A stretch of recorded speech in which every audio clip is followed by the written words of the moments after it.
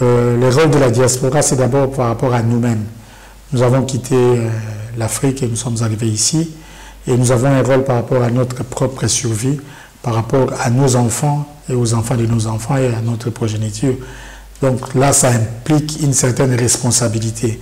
Et cette responsabilité passe par d'abord la connaissance de nous-mêmes et la prise en compte de nos capacités pour pouvoir nous imposer. Donc quand je dis nous imposer, ça veut dire que nous ne devons pas être là comme des mendiants ou des demandeurs, mais nous trouver nous-mêmes quelle est notre place dans la société belge.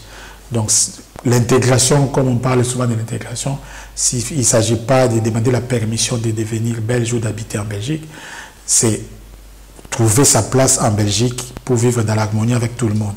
Et ça tient de nous et pas à demander la permission soit aux politiciens ou aux patrons ou quoi.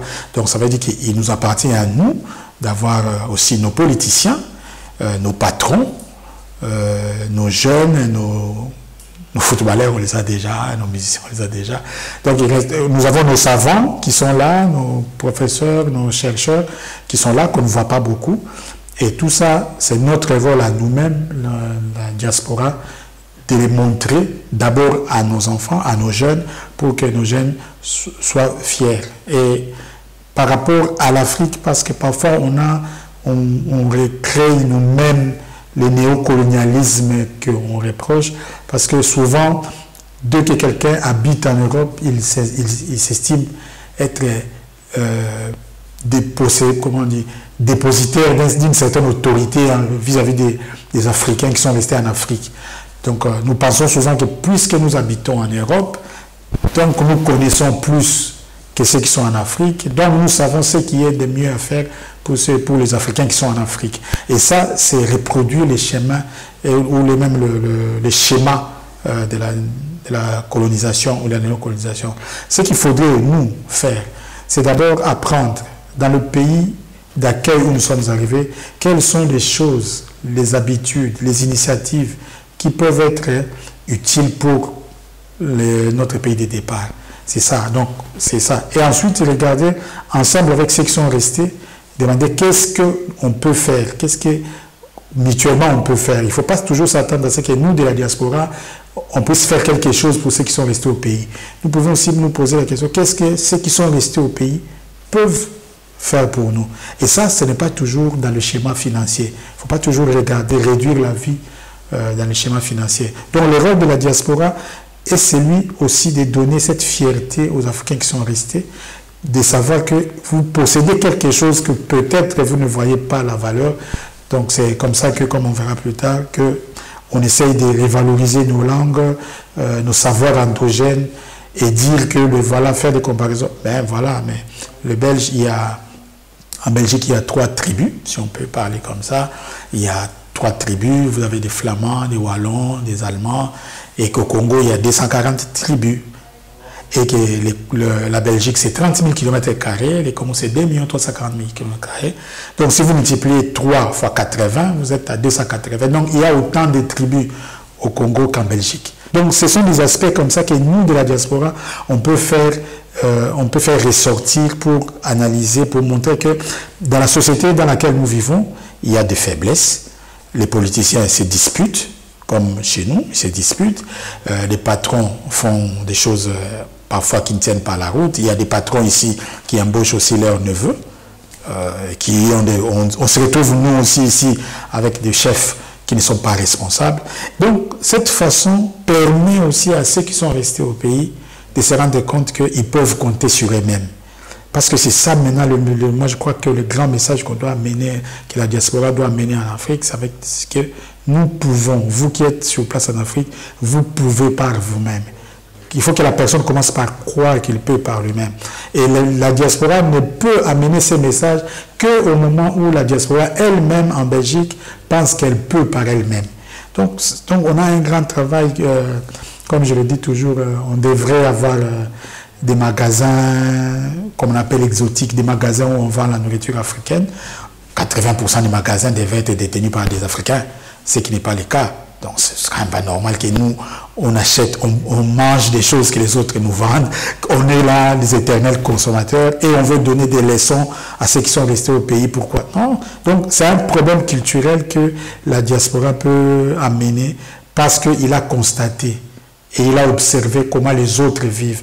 Et il s'est rendu compte que les autres ne sont pas des surhommes, ne sont pas des extraterrestres, ils sont un peu des humains comme nous. Donc ça, c'est vraiment l'important.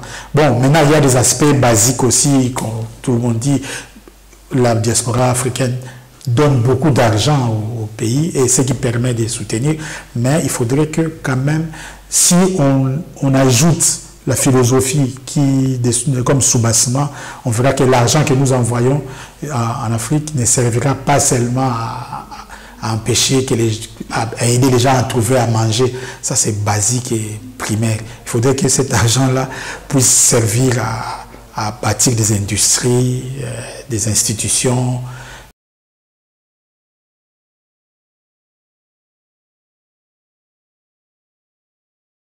Donc, pendant longtemps, avec l'occupation occidentale, l'école en Afrique a banni les langues africaines en Afrique. Ce qui fait qu'un enfant qui va à l'école, on l'enseigne dans une langue étrangère. Par exemple, un enfant congolais, on l'enseigne en français. Un enfant nigérian, on l'enseigne en anglais.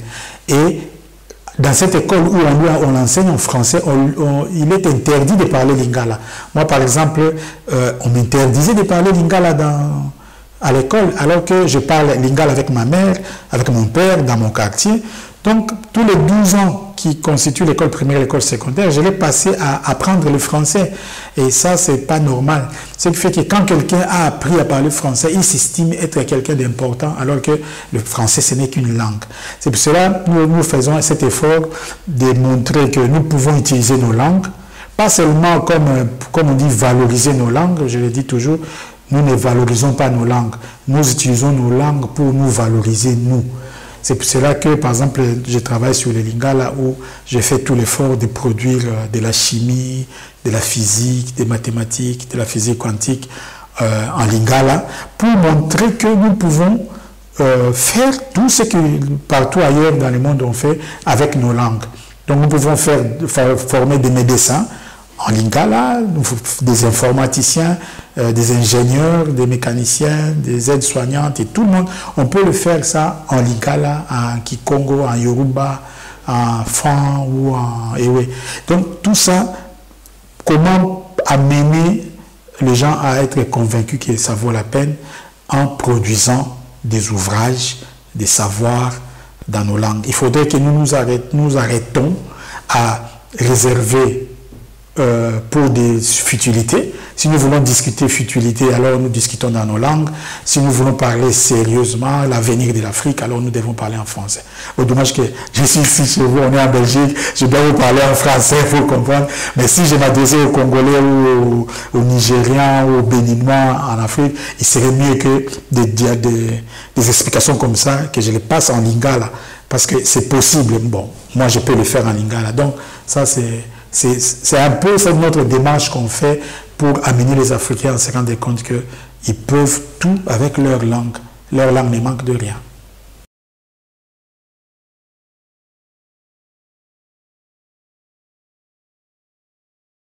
Donc je disais par rapport à la langue, c'est pour ça que nous avons créé depuis 2013 une école à Kinshasa, c'est une école primaire et maintenant secondaire, où nous enseignons en lingala. Donc là-bas, nous enseignons les mathématiques, la physique, la chimie, la couture, tout en lingala. Bon, comme le français quand même reste une langue officielle au Congo, donc nous enseignons aussi en français. Donc nous faisons comme un enseignement bilingue. Et cette école a montré vraiment que c'était faisable, c'était possible. C'est l'Institut Saint-Étienne qui est dans le quartier Mfumukento, dans la commune de Kimbanseke à Kinshasa. Et aujourd'hui, bon, malheureusement, il y a le Covid-19, mais cette année, on est en 5e secondaire, donc l'année prochaine, nos premiers élèves vont arriver en terminale. Et c'est une expérience, nos élèves ne sont pas défavorisés par rapport aux autres élèves qui n'apprennent qu'en français. Nous, ils apprennent en français et en lingala, mais ils passent les examens nationaux normalement comme tout le monde. Donc, c'était pour montrer que c'est faisable.